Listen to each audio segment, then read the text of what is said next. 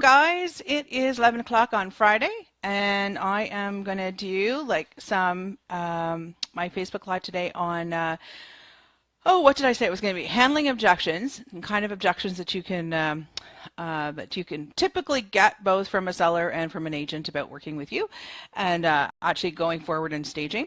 And the other thing is I'm going to talk a little bit about the stats, which I can't have to say I don't know like intimately, but I can give you some pointers on the kind of stats to use and how they can make a difference and how you can work them into what you're going to talk about. So and into handling an objection and also in that same breath selling yourself as well. Okay, I think I'm going to take my glasses off because I look like I think I'm hot and my glasses are running down my face. It's very humid here today, gray and humid. So not my ideal kind of beautiful Friday for sure. All right, so let's just see what we're going to do. I've got a few notes here because I want to make sure I get these stats right. And handling objections is kind of, I mean, it's not my, like, who wants to handle objections, right? So it's not my, like, forte to handle objections at all. Not my love of having to deal with clients who don't want to, who aren't kind of playing ball quite, and I have to negotiate. It's not the thing that I want. And I would say that it's probably typically not anything anybody in a business wants to have to deal with, because we don't really want to have to hear why people don't like us and why they don't want to work with us. So I think it's really, I just want to say that as a caveat. I'm not necessarily going to be the expert on objections, but I can absolutely give you some pointers about how to maneuver your way around it and actually how to not have them in the first place, and not have them as something that really sort of throw you off your game. And I think that that's kind of really one of the most important things about being able to handle the objections.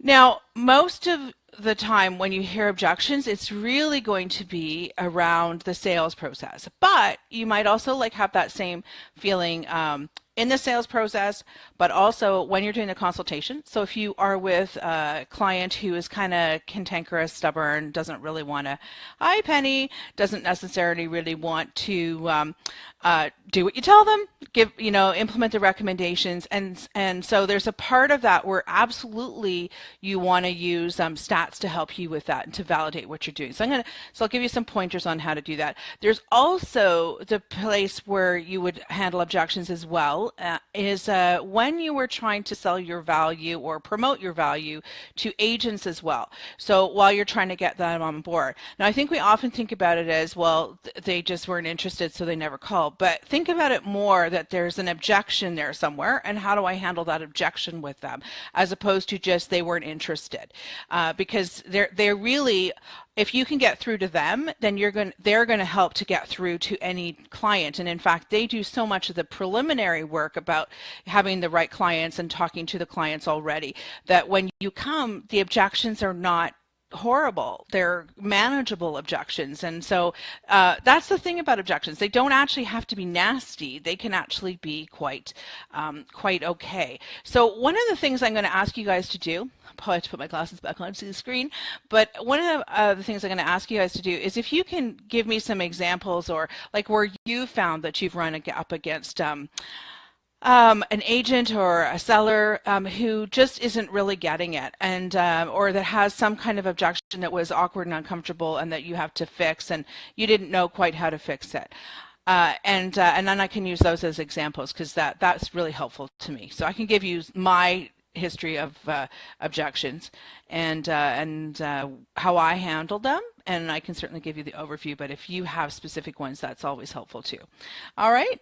Okay. So really, ultimately, when we're talking about objections, there's really only about 4 things that people are typically going to object to, or in the realm of buying and doing things. And it's usually that they are concerned about price and budget.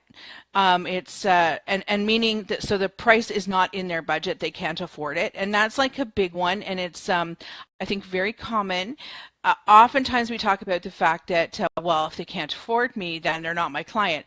And there's a point of which that is very true, but there's also a point of which just because they can't afford what you position to them as a quote doesn't mean that you can't work with them to get them to a place where they can afford it. And that can be be, you know, not disguising it, but talking about it more as an investment in their sale of their house. It can also be that it is well, let me just, I sort of went woo right out of my mind what I was going to say, but it's less that it's an objection about it's not necessarily an objection about quality or that you could do it. It's just that they don't have the money. So one of the things I think is really important, even before you go down this road of feeling like you have to handle this objection, is to actually talk to them about why it's such an important investment that is going to get them this return. That and this actually comes from, like, when you look at the stats. And I just want to say something about the stats as well. So these stats are American. For the most part, when you get stats from, often they come from the US. So if you're in Canada, like I am, and you look at stats that are coming from the US, typically you can extrapolate those to make them work in Canada as well. So don't be bothered by the fact that it's a US study, because usually, typically, you can do that. I can say this with you know, some degree of knowledge, because I used to, my career before I started staging, still is kind of part of my career because I did it all the time, was communications. And I worked in government and nonprofit for a long time, and I worked in big health charities. So I worked in the Cancer Society in Canada, the National Office in Communications, and also the Canadian Diabetes Association. So I had a lot of exposure, and I also worked on federal Canada big projects as well. So I was exposed to a lot of numbers, and then in those, like, health studies, you had to be able to take those numbers back down and really, like, make them work for a very base audience, so like a grade 7 reading level, and even less actually with diabetes. So so it was very important that whatever number we came down to, we only had a couple of them, and they were really easy and straight to understand. So one of the things, so that's how I'm going to frame some of this today. But the other side of that is we used a lot of American numbers, even though we actually had some very, very strong Canadian numbers. But we often used American numbers to help validate some of the work that we were doing, and that's how we would do it. Is you just extrapolate. So in Canada, we're like, that's why percentages work, because in the U.S. we might say it was 50% of people buy houses, and in Canada you can say 50% of Canadians buy houses, and it is going to be pretty confident that it'll be a good reflection. The other thing that I really like to do, and I'll say this up front, and I think is a really good way, instead of using percentages, one of the things that really resonates with people if you talk about 5 in 10 people, or three of my last 5 customers, that has more impact. They can relate more to that than a big percentage, because those 5 and 10 people are their neighbors. They're people that they can understand who those people were. So so that's one way I would really recommend that you use your numbers. The other thing is, when you're using stats, really your stats, to me personally, are far more important in the long term, in the closing of the deal, than these numbers from the national realtor numbers. These are really good, and RISA has really good numbers, but they're only as good as the information that they have, that they can pull from. And sometimes I find the RISA numbers don't jibe at all with what my experience is here, where I am in my area. But my numbers can't help but be accurate because they were my numbers. Like if I said 8 out of my last 10 clients sold their house for 10% over asking, that is true. I can prove it. I know it. And they're all these people. These people are people that my seller that I'm talking to will be able to relate to, that they might know my agent. So it's much more personal to them. Like they're buying you. So at that point, they're not just buying the staging. So it's really important that you really keep your own numbers, and your numbers don't have to be crazy. Like you don't have to have a lot of them. Like you want to think about, like, days on market are going to be important. Now I'll give you a tip from me, and this is how I use the number, whether or not it's accurate or not. I do this when we talk about days on market, or DOM. for a realtor, that's really important because that is like that shows like the success of a realtor, like how quickly it sells. But for me as a stager, one of the things that drives me bananas is in the Toronto market, a lot of realtors will not take offers for a week. But that doesn't mean my staging stopped them from selling their house in 7 days. So I will tell, so how I put it is that let's say 5 of my last 6 clients sold their house in one in the what was it? Now I've forgotten how I say it. In the first day of taking offers, and so then it's not about necessary days on market. It's like how quickly it sold. So so that's something that I use, and you can decide if that's something that you're comfortable using. But for me in my market, it got really frustrating for me to always have to talk about that. Well, it was on the market for 7 days, because that means that I know it's sold. Like I remember my house when I was selling, which was my first introduction to staging way back in 2004. The house was a week later. We took offers. The offers had to be in by 7 o'clock, and by 20 after 7, I'd sold the house, having had 3 offers over list price. And like to me, that's a success story.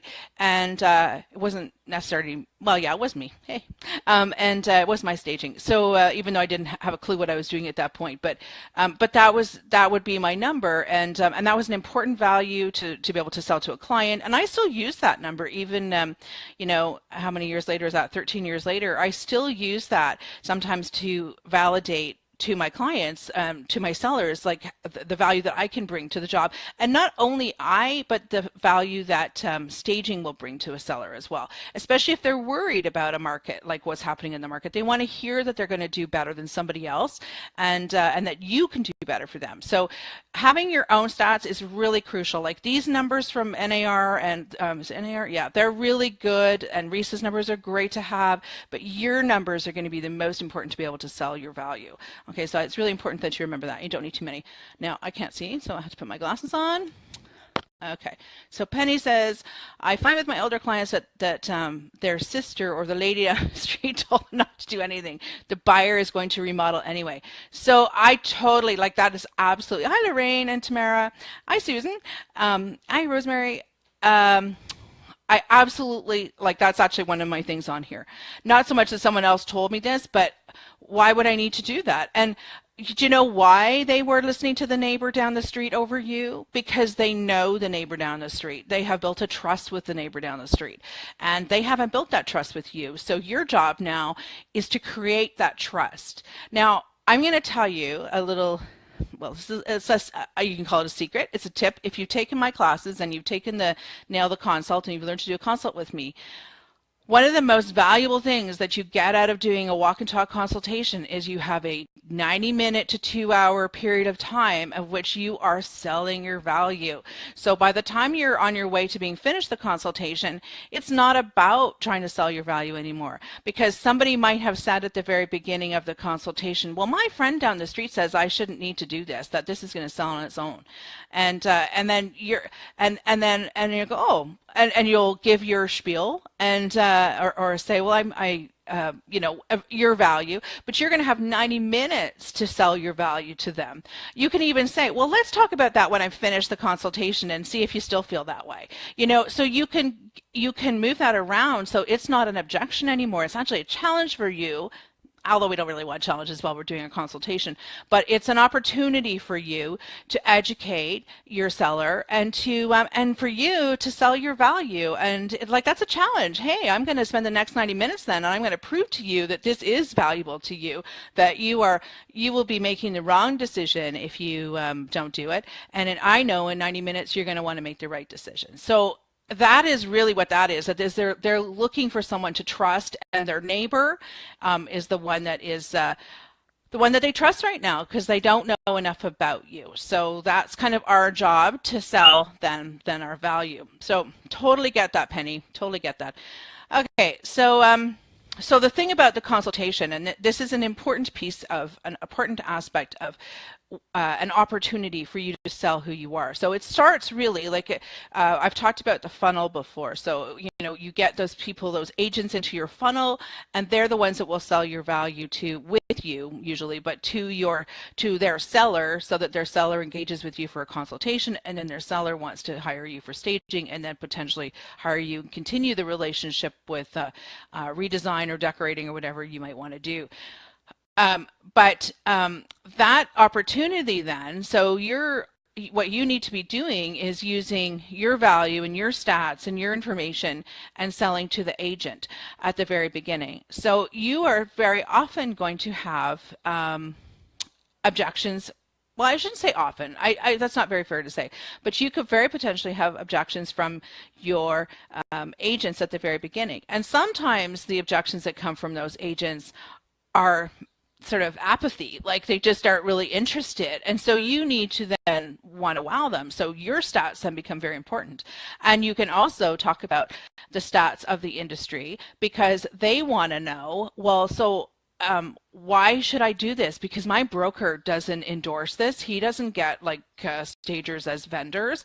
And they might not tell you that, but that's what might be going through their own mind. So if there's sort of apathy going on, then you need to you want to be able to get them excited by the numbers and your numbers, and also for them to realize like that the rest of the world gets it. And so your brokerage isn't getting it, and you should, and without saying that to them, right? So your stats are going to be a really important way to do that. And as I said, the industry stats, because agents will want to hear not only how great you are, but they'll want to hear how important and valid and valuable their peers in the industry, which is what the NAR report will do, believe in staging and why they are staging. And that when they read that, let me see if I got a number here, 77% of agents say that staging makes it easier for buyers to visualize a property, or 49%. See, this would be an important one. 49% of buyers agents say that staging a home increases the dollar value offered. So for an agent who is listing, that's a very important stat for them, because they will want to get the best price, hopefully, and if they're not very good agents, but they're going to want to get the best price for their client. And if they balk at that, then I would question whether an agent that you really want to work with, because if they don't want the best for your client, and you're there wanting the best for your client, planning to be able to give your clients the best, their clients the best, then I would question whether or not that would be a relationship that you'd actually want as well. So, but for the most part, agents, they're not necessarily going to, I find they don't necessarily balk at you, but they just, you could just sort of feel that it's kind of a hard sell. And again, that's this opportunity to help to sell to them. So so I kind of wandered away from the four areas where there's going to be the most objections. But so typically it's going to be your price and budget. And as I said, you're going to hear that. And I'm going to talk a little bit about how to get people back onto that, and how you can work with them, because it does not have to be an all or nothing. You know, as I said, when we talk about people not being able to afford us, what does that mean? That's just an opportunity for you to be able to either decide that there's no way I can reduce the price and I'm really sorry, but that's it, and they're not your client, or there's an opportunity for you to sort of think about negotiating with them, in the sense that you can say, and actually I don't know if any of you guys do this, if you've taken training with me, even with CSP, you would have been doing this, is to compete against yourself and have three prices. So when you have three prices, it means that if there is some objection to pricing, they have options, and you've given them the option. So it's not all or nothing. They don't go away without anything. And I know that a lot of stagers are very proud of the work they do, and they feel like, well, that is the best staging I can give them. And I totally get that. But I think one of the things that gets missed when stagers say that is that our job is not to just give them the best staging. Our job is to help them sell their house better than they would without us.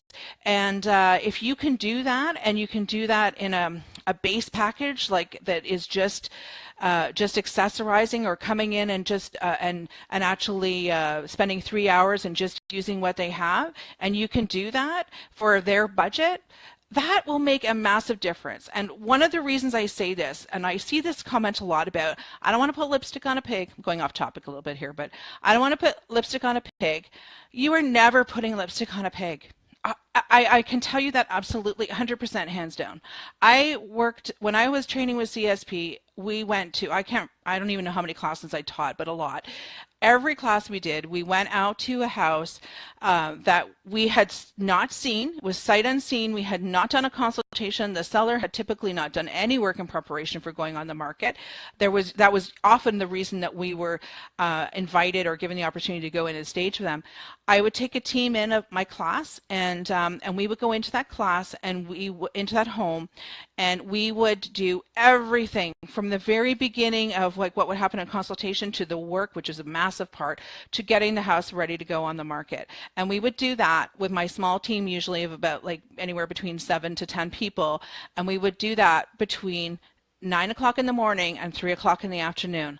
And the difference that was made to that property from when we got there to when we left was absolutely massive. And we didn't bring in any accessories. We just used what they had, and sometimes they had nothing, and sometimes they had way too much of awfulness, but it was amazing what you can do. So we are brilliant at what we do. Really, we are miracle workers. And so when you talk about lipstick on a pig and walking away from those, I absolutely 100% disagree. Those are the houses that you can do them best for and the most for. And as solution providers, that's really our role, is to be a solution provider, to help them get their house ready to sell, to help them to make more money. And I personally could not walk away from a property thinking that I could not help them make more money, because I know that hands down we could do that.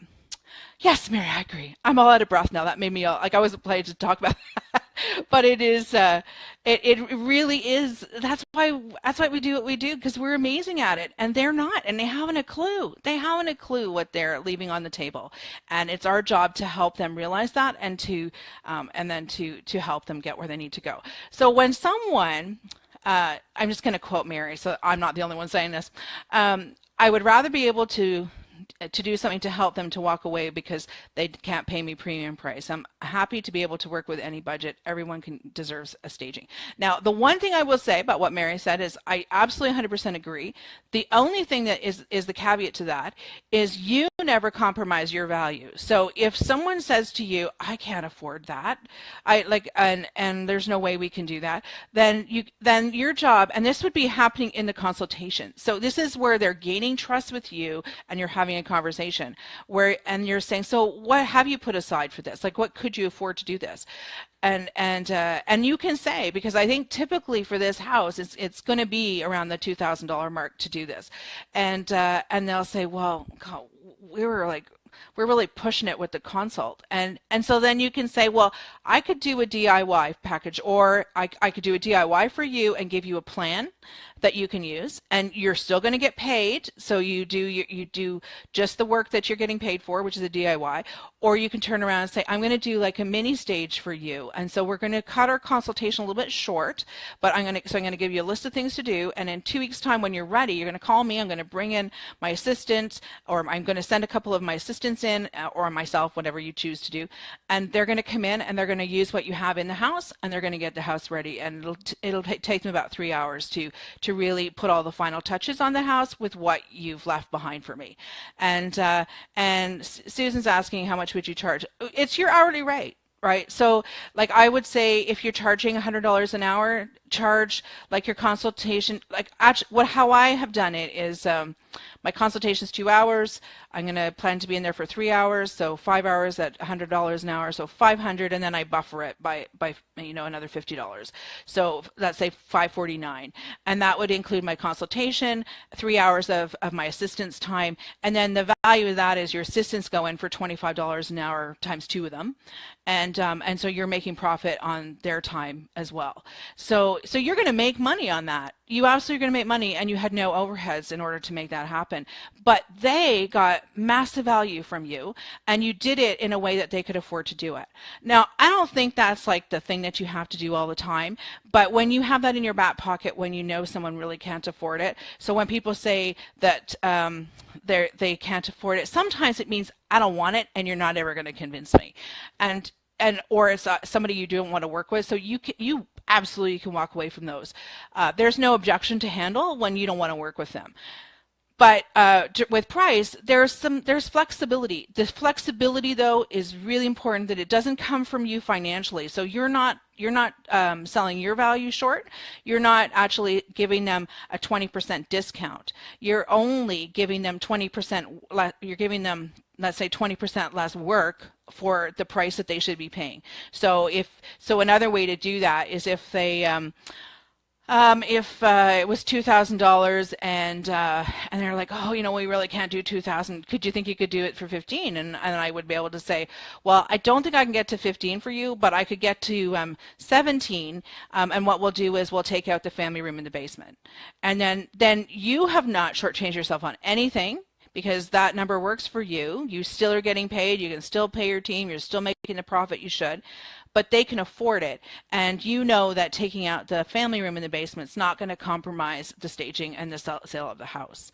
So that's how you can do that. Yeah, exactly, Mary. So you just adjust your service to the price that they need to get. And you never, ever shortchange yourself. And don't ever think about, take the word discount right out of it. And if someone says discount or can you do it for less, you turn that round to you do less for less. You don't tell them that specifically, but you do less for less. Okay. So, but you still make your profit, and that's very, very important as you go forward. So, so that kind of happens with your budget and your price, and that will be a big one. And it's also a negotiation factor, because it's the thing that people feel that it's the most tangible for them. They don't really know what you're going to do. So it's the most tangible for them to be able to hear that number, to be able to say discount or do better price or whatever. But when you have a formula with which to make that happen, you can. Now, the other thing that they're going to ask about is, that's often, and actually, just to go back to price for 1 second, back to the realtor. So let's say you're meeting with an agent and they're like, well, I just don't see the value in the price. Like, I don't see the price. Like, the price is so expensive, and I hate asking my clients to spend that money, and I'm not going to pay for it out of my commission. Then you want to be able to talk about the fact that, use that stat. 49% of buying agents think that it really makes a difference to the sale of the house, and that their clients pay more for a house that's staged. Or you talk about, and you can talk about this to your clients as well, like to the sellers as well. But you talk about the fact that that in order to be competitive, like what you've really found, like I actually use my sister-in-law's oftentimes in stories, because they can relate to this. And I talk about the fact that, and I'll ask them, so have you been out looking at, let's say it's the homeowner, and the same story can work with the agents too. Or let's say it's the agent. So, okay, so the agent is complaining, and while you meet them, about like, is there real value in this? Like, I don't get it. So you talk about the fact that, I have to tell you a story. My sister-in-law has been looking for a house for 1.5 years, and she was never a believer in staging until this last 1.5 years, when she actually started looking at homes and discovering that 9 out of 10 homes were staged. And when she went to a property that wasn't staged, she was disappointed. And it was notable that it wasn't staged. And she felt like her gut reaction was, I can offer less. And so when you talk to a seller like that, and they realize, like, oh, and you can actually turn the tables and say, so I'm assuming that you've been out looking at houses, right? So are you able to tell the difference between a staged home and not? I mean, you must be seeing a lot of staged homes, and like, yeah, a lot of them are staged. And then you go, well, but that's going to be your competition. And that's why it's so important that you're staged as well, because that's what your competition is doing. And so that's one of the lines you can use. Another one is, I just went right out of my head again what I was going to say, is that you want to be competitive with the other houses on the street. That first impression is going to be paramount, and that's what we do. If we talk about the consultation, so if people are hesitant to do work in a consultation, like I had a client not that long ago, and because I still do a lot of consults, and they had wallpaper everywhere, and like, oh, it was like wicked, and the wife wasn't there, which is kind of tough sometimes, because I find when you do like a walk and talk, oftentimes you get the man and the woman, which is interesting, because I never used to have both of them together. Now they actually, you can see how good marriages work actually, because they totally have different sides of the coin, but they work together with that. And so sometimes it's really valuable to have both of them walking with you because they kind of like can convince each other. I don't have to do too much convincing because they do it to each other. And some of them go, but she knows what she's talking about. Let her talk. So, that happens as well. So, and that's always great because then you know that they've got some confidence in what you're going to say. And then you can deliver the harder messages with more confidence than you originally started out with. But if they're looking through the house and you're going through and they're like, well, I don't want to do all this. I think wallpaper is great. Like, people like wallpaper, and if they don't like it, they can take it down themselves. And the problem with that, so when you have those kind of objections when you're doing the consultation, is that those are objections, but they're actually solvable for you because as a solution provider, we're going to help them figure out the best way to do it and what's going to make the most amount of money. I will have already had a conversation with them telling them that, so what I'm going to do today is to give you the best recommendations possible so that you can, it fits in your budget and but that's actually not so true. I kind of work it around so that they do what they need to do because they've been convinced that they should do it. But I'm going to give you the best recommendations so that you can get the best sale on your house. And my goal is to remove anything that's going to be an objection for a seller or for a buyer. So we're going to remove anything that potentially could mean that a buyer is going to negotiate on price or try to get a lower price point. So we're going to eliminate all those options for them. And that's what we'll do with the consultation. So when I'm walking through and we get to something that they don't want to do, like take the wallpaper down, I can kind of go back to that point of this is going to be a problem for a buyer. They are going to see this as something that they're going to negotiate on, and they've already heard that from me, so it's kind of like validating it again. So rather than you're handling objections with them, you're discussing solutions and you're coming up with a solution that's going to work for them and that they can live with. And I know that I remember that particular house. The gentleman was older. It was a family home. His kids had all left home at this point, and they were downsizing to a considerably smaller home. And they hadn't done anything since they'd lived in the house, really, and it was like 20 years. And it looked like it was 20 years old. Lovely home, but it had old furniture and wallpaper everywhere and oak cupboards and those sort of hanging California lights that we don't see very often anymore, and it could have been upgraded very easily. So there were some things that they were like really adamant, nope, not doing that. And so then I get to use so the top 3 things that buyers are going to look for, which is what we're going to really focus on, are up-to-date flooring, fresh paint and fresh neutral paint and up-to-date wall color, and lots of storage. So that's going to be about getting rid of all and packing up all the extra pieces that you have. Well, we're not going to call it decluttering, but it's really, this is your opportunity to get ready to move. So like you're finding a solution for them, and you're finding, you're not necessarily, it's not so much handling an objection because you're working with your client. And that's how I have found, because if you were here when I was first started talking, I said the handling objections is not something I love to do. It's in fact, it kind of like, it makes you sweat, and the whole idea of like having to negotiate on price and that they won't want to pay, and it like makes you all anxious, makes you sweat, makes me sweat anyway. And but when I started realizing that I had this grand opportunity in the consultation where I could actually help maneuver them into the right direction, and also that when I gained their trust by doing the consultation, and the agent had already passed on that trust, that it wasn't about handling objections anymore. It was about a relationship with my client who I want the best for, and who they want to get the best out of their home. And they also want to impress you. They want to please you as well. So that's actually one of the reasons I find that doing the walk and talk, when you get this was not supposed to be a thing on walk and talk, but when you get to the day where they're staging, that they've done almost everything on their list that they could possibly do, because they feel part of the process, part of the team,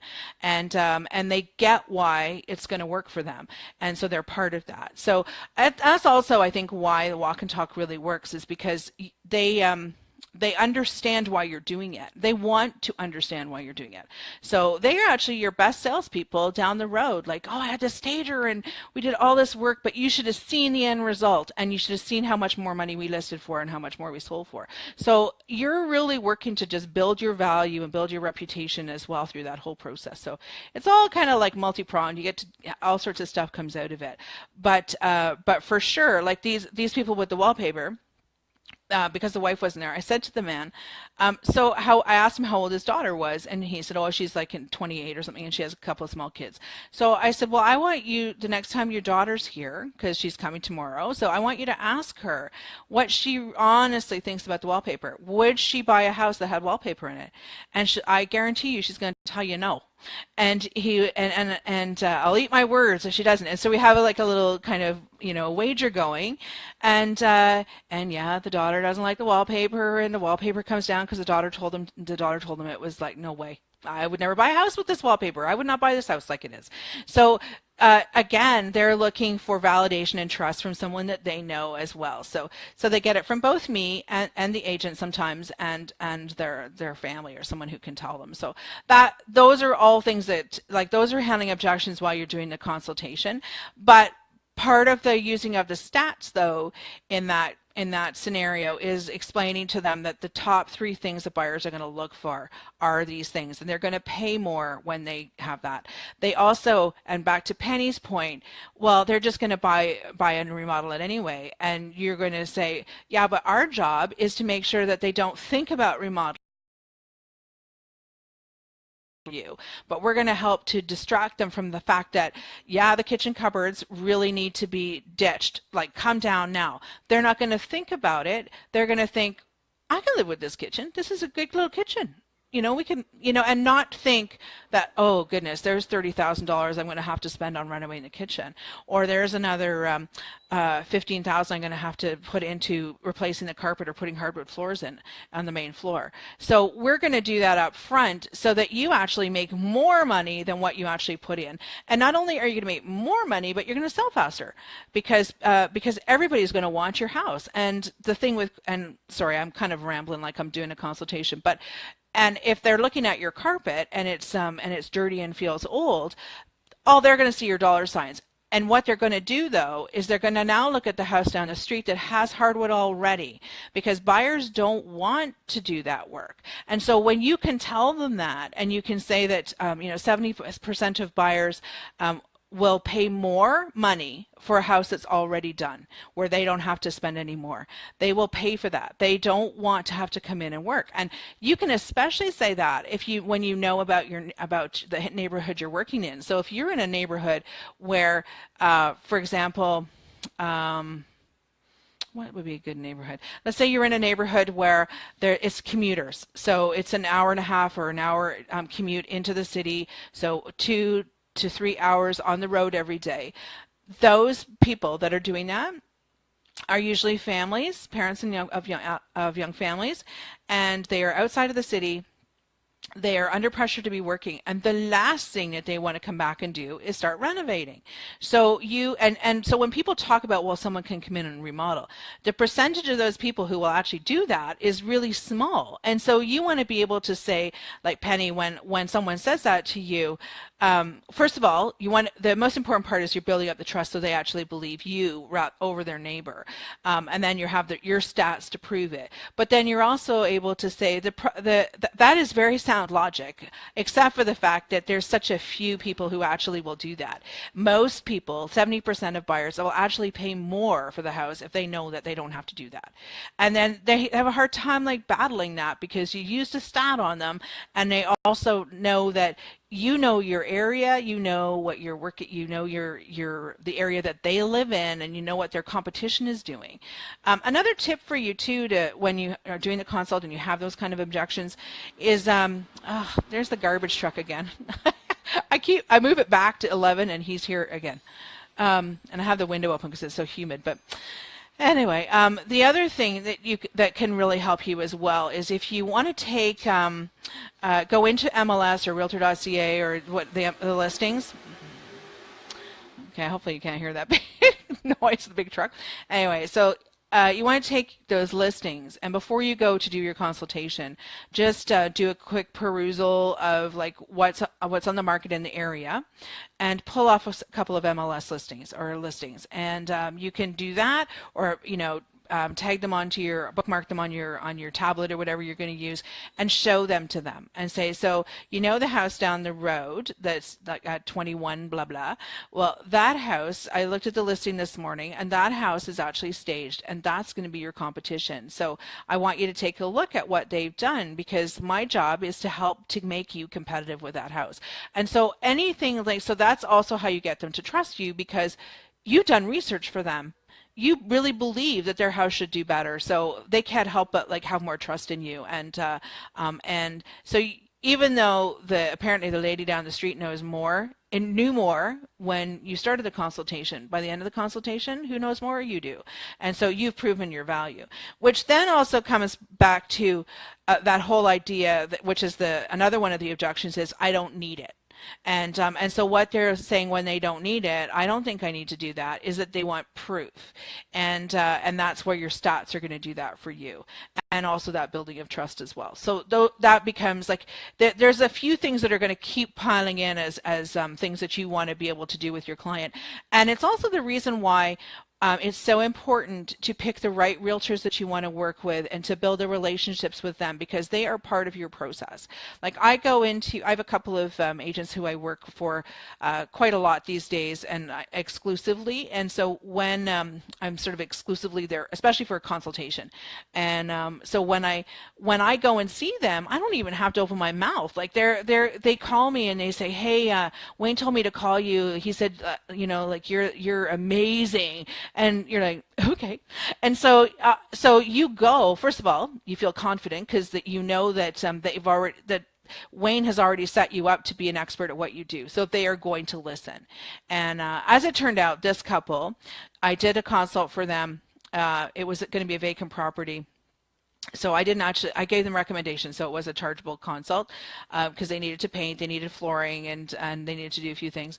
They didn't have it staged because they just couldn't fit it into their budget after they had done all this extra work. Now, ironically, I should call them actually, because ironically I was on the street a couple of, last week actually, because I have another colleague who's an agent who bought a house down the street who I know personally, and I went to dinner at her house, and I noticed that she had bought her house in the meanwhile, exactly the same model. Their house is still vacant and still on the market. So I should call them and see if they're still, because you can guarantee now they've lost, what they could have invested in staging up front, they've now lost like 3 times as much in holding on to having the property still on the market. So anyway, so that whole idea of they want to know that you are going to be the right person to hire as well. And that's also when you want to use your stats. And so when the agent, it's kind of a double whammy, because if the agent says you should see some of the work that they've done on previous properties of ours, like every listing that we've had has sold like that, and they were listings that probably wouldn't have sold if we hadn't had them in to do the work. And so listen to everything she says. Like when an agent says that to your client, like, wow, like that's handing this job on a silver platter for you, and it's yours to lose. So I think that's very important. So there's price that is too expensive, it doesn't fit into their budget, which you can fix. It's not always they're not your client. Competition, so they want to know, why are you better than someone else? And sometimes you'll get, this happens more frequently now, where you'll go into a job and you'll discover that that they've actually had more than one stager come in and pitch for and given a price. I really, really recommend, I think you probably know by now, I'm a big believer in don't worry about what the competition is doing, because that you need to make sure for you that you are selling the value, that you are making a profit on your business. So your pricing could be very different from someone else's, because they could have priced a very different staging plan. You don't know if they might have just said, well, let's just do 2 occasional chairs at the front entrance instead of a sofa and 2 chairs. Well, that makes a difference right off the bat. They could have priced doing just bringing in linens in a master bedroom, and you could have priced bringing in all new furniture and a headboard and everything for a master bedroom. So it's so hard to compare apples to oranges when you don't know what those apples, and you only know what your oranges are, you don't know what their apples are. And so it's just really difficult to get yourself into that. And when you do, you just stress yourself. Now, I know that you're going to want to know, are you in the right ballpark? And that's actually a really good reason to hang out in groups like this, to network with other stagers, to be part of RISA and go to the chapter meetings, to find out what other stagers in your area are doing, because you really need to know really what's happening in your area. Don't be intimidated by hearing how much someone charges for a job. I throw out numbers, and sometimes when I'm talking about staging with stagers, I throw out numbers and they're all over the place, right? Because yes, Trudy, that's what I was talking to you about last night. Because you really have no idea what they're charging, and you don't know the quality of inventory. You don't know how many people they're bringing in. If I do a job, I'm gonna bring in enough assistants to get that job done between 10 and 4. But you might have had a quote from somebody who only works by themselves, and they've actually got 2 days of staging that they're going to now set up. Well, I don't want that for my team, so I'm bringing in more people or they're going to get the job done. So you just don't know. So just don't compare yourself. But as I said, you will want to know if you're in the ballpark, and you'll know because you'll be getting jobs. And but even then, I don't even think you need to know. Honestly, if you use the three quotes and you compete against yourself, and your agents love you, and you have done great value for your agents before and sold, that's what sells your value. And sometimes, as I said, you're gonna negotiate price a little bit by doing less for less, but you're never going to give in to giving a big discount. You're never ever, when an agent says, and I don't know why this happens, but agents like to do this, like to tell you, well, so-and-so does, not so-and-so, but another stager, your competition does this. I hear this a lot, where agents will say, your competition charges this much, or your competition doesn't do that. And just ignore that, because it's not true. And one of the things that I think kind of is a disservice for agents, I'll say in my area, is I know a lot of the stagers. So I know what they charge, and I know how busy they are. And so when agents try to pin one against each other like that, they're full of crap. And I'm not saying all agents are like that, but when they try to tell you, oh, so-and-so doesn't do that, well, then you need to go work with so-and-so, because that's not how I work. And I have a situation right now with an agent, which I've mentioned before, who I never in my 8 years of working as a stager have I done this. I didn't do a contract with them because it was for a friend of mine, and I didn't really quite know where the job was going, what was going to happen, so we didn't do a contract. I didn't bill him like I normally do. I usually get paid up front before the job starts, 100%. To do the job. I didn't do that. I left it. It's a $3,000 job, $3,500 job actually, and I gave them a big discount on it. And he informed me, after me sending 2 reminders, come on, pay. He told me, I'm not paying you till the end of until it closes. And I'm like, and I have no idea how to deal with it, because I've never had that happen. And I have a little bit of inventory in there, but not enough to make it that I have to pull, that it's going to be worth it. But anyway, that's a whole nother story. But just stand your ground. So basically, they're looking at the competition, and you want to set yourself apart from the competition, which is, kind of why you want to have a niche. It's why you want to build your relationships with your agents. It's why you want to build your relationship with your client. And you also need to be really confident too in your value, but also confident in the fact that if you don't get the job and someone else gets the job, or if you don't get the job because they decided not to stage, that is not on you. Okay, so there's always going to be someone else who's going to who's around the corner who's got a listing for you. And it's one of the reasons too you don't want to give people discounts, because if you give someone else a discount, then what happens to the poor people who love you, who you never gave a discount to, because they see such value in you that they pay your full price. They don't try and negotiate with you because they believe in you and they trust you. So anyway, I think you can sort of see a bit of a thread for me that it's not really about objection handling. It's about like building a relationship so that the objections don't become objections. And you have this opportunity to build a relationship and to build some trust with your clients, even in those short periods of time where they'll want to work with you. And if, as I said, if they don't, then that's when they're not your client. You do not ever want to be in a position where you have to convince people, because if you have to convince them, I guarantee you that the relationship is going to be cantankerous anyway, because they're always going to find something that they weren't really thrilled with, and they'll never be your best client. So why waste your time on that when you can actually focus on the clients and the agents that you love to work with? So I think that is kind of a lesson learned over the years for sure. Some of the objections sometimes is that they don't need it, which we've talked about, as Penny points out, that well, someone else will pay for it. So they do need it. If they want to be competitive in your market, if they want to make the most amount of money on the sale of their property, if they want to sell better than their competition, they need to have it staged. Now, I will say the caveat to that is, from my personal opinion, I feel that the most important piece of work that we do for our clients is actually in the consultation, because that's where they can make or break. You can make or break them. They can make or break the sale, and so you have so much opportunity for them to make so much more money that way through that through the consultation. So if you don't end up doing a staging, which I know is the big ticket item, if you can be assured that you gave them really great information, and that which is one of the reasons why I recommend that you do not look at the consultation as a means to an end, that you actually give everything that they need possibly in the consultation, except describing what you're bringing into and how you're going to position it and what exactly you're going to do in your staging plan. Don't go down that road, but you're going to give them all the recommendations that they need to get ready to sell. And then so if they don't go through with staging, you've given them 3 prices. You talked them off the ledge about what the investment was going to be, and excuse me, I don't know if it's in here or not, but like what their return on investment is going to be.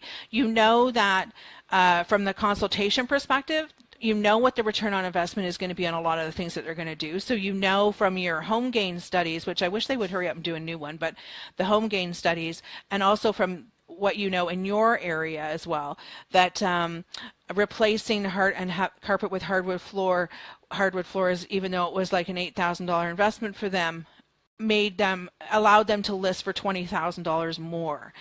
So on the other side of the street now. So sorry, that threw me off. That investment is going to make them a really good return. And so that when you do the consultation, that's where you made them lots of money. So feel really satisfied that with that, you did well for them. If they decided, they really truly can't afford the staging, or they're like you are and they're more DIYers. So that's also like where you can look at it and go, if you really wanted to, I could put together a DIY plan for you, and you could do this yourself with what you have, and I'll give you a shopping list as well. And so you still make money, you've made them feel good, and they actually now can do it themselves, whereas they might not have staged at all. So I think that those are like really important things, that there's always something that we can do for the most part for them. And that kind of comes back down to, well, I can do it myself, I don't need you to do it. And that is like understanding who your sellers are, and are they DIYers? And let's face it, there are a lot of people like us out there. When I was selling my house, now I've sold my house since I've been a stager, or since I knew about staging. I think I've sold 3 houses, and each one of them, I staged it myself, but I was also fortunate enough to have some really great mentors, and especially when I first started, on my first house, I had a mentor in my area bring a couple of students, and they came and they did a consult in my house. Now it took them about 5 hours. But it was really good, and because it is sometimes really hard to see it yourself. So the consultation is invaluable. But I staged it, and I couldn't have imagined, if I wasn't a stager, paying someone $4,000 or $5,000 to stage my house, which is what it would have cost. And I can't imagine doing that. And so absolutely, you know, there's going to be clients who are going to be DIYers who want to do it themselves, and there's going to be no convincing to them, so instead embrace it and help them and do the DIY plan for them and make some money on the DIY and do it that way. So those are kind of like the 4 objections. And as I said, like you need to think about the seller and the agent as well, and how they fit into that. Most of the time an agent is like kind of stuck. They're stuck on price, because if they do the investing in the staging, they need to know that they can afford it. But it's also, I think they're also concerned about like what you're going to ask their seller to commit to, and how much they're uncomfortable about like having their sellers be pushed to spend more money. But when they're educated and they understand why staging is very important, and do not assume that agents do, because they are, you know, they're a victim to hearing the neighbors too, and what the feedback that they get. And it's they need proof, and that proof often comes from doing staging with them. Now, don't ever do it for free to see if it's going to work for them, or do it for a good deal. I was talking to someone the other day, and we were both BNI members at one point, and we both did that, and I did it early on as well, and for an agent that I thought, oh, she'll love this, I'll win her over. And I might have won her over, but she never hired me, because she didn't believe in making that kind of investment, and she had another stager who would do it really cheap, and so everything kind of conspired to not work, and I didn't get paid. So didn't get paid because I offered to do it for hardly anything. So, but those are the mistakes that you make. Don't make those mistakes. Don't ever give it away. You have value, absolute value, that you bring to your clients. So for sure. Now what else do I have? Sometimes the argument is, we're almost at 12. The market is so hot. Why should I bother? We don't need to stage a property. But the thing is that, oh, thanks, Rosemary. The thing is that when an agent or a seller says, well, the market's so hot, why would I need to stage? That's the sort of thing you often get from agents as a result, and consumers in general, like not necessarily the seller. But if you talk to the seller and their goal for selling would be to say, well, I want to make the most amount of money on the sale, and I got to do it fast. I have to make this much in order to get out of this on top. Then you know that you got somebody who you can talk to about the fact that, well, in order to do that, you're going to have to make the investment in staging and the consultation and the work around it, which, in case you're wondering, so sometimes you see that stat of it's 3% of the price of the list price, and people use that as a guide. What you want to think about in that 3%, like when you say to a client, so staging typically, if you want to think about it in your budget, is going to be about 3% of your list price. That's sort of on an average. What you're trying to say is that's not the cost of staging, that's the overall cost of getting your house ready to sell. So that could include replacing floors, it could include painting, it could include a cleaner, it could include your staging, but that's sort of like a guide. 1 to 3% of the list price is a guide for your sellers to think about what their budget's going to be. So it's not just the staging, it's all the work that's involved in that number, okay? And I would never recommend pricing based on that percentage, because like if you try to do that in my market, you could price like a 1,000 square foot little teeny house downtown, and that really only required sort of $2,000 of staging, but it's and then you could do like a house out in out of the city that. Oh, I'm sorry, that's the wrong way to put it. So a little house, the 1,000 square feet, but it's going to sell for $1.5 million. And then there's a 3,000 square foot house out in the burbs that is going to sell for $800,000. Well, the big one in the burbs needs the budget, not the little one downtown. So using percentages is not a really smart way to, well, I shouldn't say smart. It's not the best way for you to price a property because it'll be inconsistent and you will shortchange your buyer or your seller as well. But who cares if the market's hot? Who cares if the market is strained or it's not a good market? People still want to get the most amount of money on the sale of their property, and so that's why they're doing this. So it's that, and that's what you're banking on, is that they want to get the most amount of money on the sale of their property, and that's what our job is to do. And that's why so much of it we can do it in the consult, but we also are able to improve the value of their house by the final product and how it looks as well. So doing it.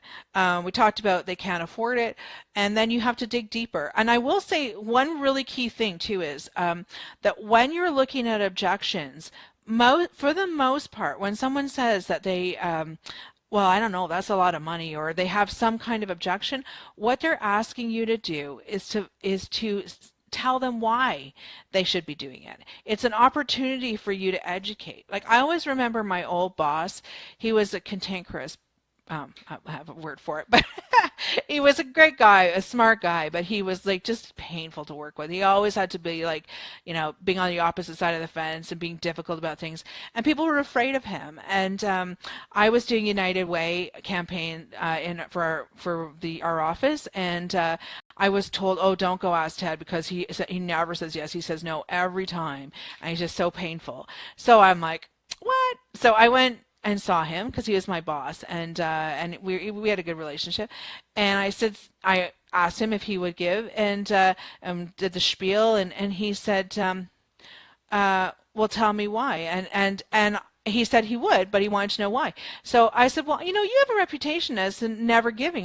They told me not to even ask you. And he said, well, that's because nobody ever asked me. And he said, nobody ever told me why I should give. They just kind of assumed and walked away when I said no. And I wanted to hear why I should. So it's, and he of course thinks that's great, but, and so that happens with anybody who has an objection. They typically want you to tell them why they should do it. They want you to validate, either validate their concerns, or they want you to educate them on why this is actually going to be most valuable to them. And if you've heard, and now that you know this, if you are ever having a conversation with somebody, a salesperson, and they're trying to sell you this, they'll use feel, felt, found, which is really the idea that you're acknowledging that they have a challenge, that they have an issue with something, you understand it, and that you let them know that they're not the only one that's have ever felt this, and then you give them a solution. So I understand how you feel. Other clients of mine have felt the same way, but when they made the investment in staging, they were thrilled with the outcome. And so you're acknowledging that they have an issue with it, and that you're agreeing that it is a challenge, and they're not alone in that. So making them feel good. So that feel, felt, found is a very typical and standard sales tactic in industry, period. But you can use that to your advantage to help validate somebody's fears and then give them the right solution. But from my perspective, as I've said, I think that objections don't become objections unless if you have a relationship with somebody. If you're building trust with them and you're building a relationship and you have that going on, it's hard for them to actually be objections. And so I think that's kind of like it in a nutshell. And yeah. The other thing that sometimes you'll hear too is when people say, well, I can get it cheaper somewhere else. And that's kind of like what I was saying about the agent. And so if you feel like you're being compared to someone else, then the perfect answer is, well, I honestly can't tell you why they would be cheaper, because I really don't know what they're offering. Because every stager will give you something different. But what I can tell you is that this is what we're going to do for you. And this is what you can be, I guarantee you that you will get a beautifully staged property that will sell at top dollar, and that you will get you will have multiple people interested in buying your property and who will come to see your property. So you can, and you can say, and I can say that because I've been doing this for 8 years, and I have, 40 agents that I work consistently with in this area, so probably many of the homes you've been in have been staged by my team, so you just, you want to make sure that you don't ever want to dish the competition, but you want to say, because as I said earlier, you can't actually really compare yourselves because you don't know what they're doing. But you can talk very proudly about and confidently about yourself and what you do and your value. And that's when your stats become really important. It's also when your confidence in your pricing it becomes really apparent as well. So, I mean, I had a client, an agent that I went and looked at a house for them. It was a vacant. And I gave them a fairly, well, it was the price that was right for staging, and they had someone else do it. They came back to me and they said, well, we really like you and we'd really like to work with you, but you were quite a bit more than the other stager. Can you tell us why? And I said, well, I really can't tell you because I don't know what they quoted on, but I can tell you that this is what I would be doing for your property and this is what I would expect. And they couldn't make the price work, but I couldn't negotiate because why would I want to lose money on something that they're going to make even more money on, right? So that kind of got to me. That's kind of, in the end, my ultimate is that because I still have to pay a team. I still have to pay for the rentals. If I got rentals from someone else, I still have to do that. I still have to pay for my warehouse. I still have expenses and they are not going to change. So why should I compromise and make less because you don't want to pay the value? And so we just didn't do the job. It was a vacant, so it was kind of hard to negotiate further to the price that they were looking for. But and it turned out they didn't stage at all. And they did sell, but like 2 years later, that agent came to me and asked me to start doing consultations for him and start staging his properties because he had moved to another brokerage, and it became really obvious to him that he was ready to elevate his business and that he thought that I could help him do that. And so we did that for quite a while. And I think so even if it doesn't work out one time, it doesn't necessarily mean that that you're not making an impression. And standing your ground, makes an impression. Being able to be under their thumb, it just grows more of that. Now, once you're under someone's thumb, it's so hard to get out of that, and you're just sort of trapped in that position. So, compromising is I have discovered is really not a good thing when you're in business. It doesn't mean you have to be stubborn, but it just means that you don't compromise what your values, and don't compromise and because it negatively affects the other people that do pay for you because they see value in you, and those are the clients you want. You can have those clients. So. All right. So I don't know if anyone has any questions. I've been yakking now for. It's funny, every time I start these, I think I probably only talk for 20 minutes. I probably don't have a lot to say about this, but then I get going and away we go. But so does anyone have any questions or comments or challenges that they have going on as well? Maybe you have some tips for me on how to deal with this realtor that needs to pay me $3,000, and I want my $3,000 and I don't want to wait for it. I was considering giving him oh, you're very welcome, Karen. I was considering telling him, and I don't want to talk to him either. Like, that's part of it. I don't really want to talk to the guy. Oh, you do, Tamara. I'd love to hear what you have to say.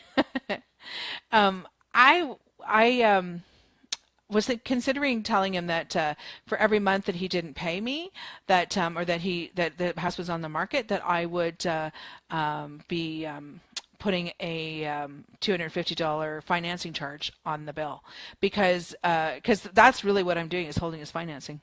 How important do you think it is to hire a social media marketing manager? I think, Tamara, that really kind of depends on what your marketing plan is. Like, if you want your marketing to be focused around social media and to really be very successful with social media, which I think it really can be. I don't think that we as stagers use it often and to our value as much as we should. Then I think that having somebody who can do it for you. I know that Jill has somebody who's Jill Ackerman has somebody who's a VA who does her social media work for her. So it's part of like her arrangement with her as a virtual assistant, which is a part-time arrangement, and she puts together a bunch of different things for her. So maybe that might be an avenue, Tamara. And then it doesn't have to be someone who's full-time. Like, it's the nice thing about social media is they usually have like a kind of a budget, and they're usually quite task related. So, this is what they do for you every week.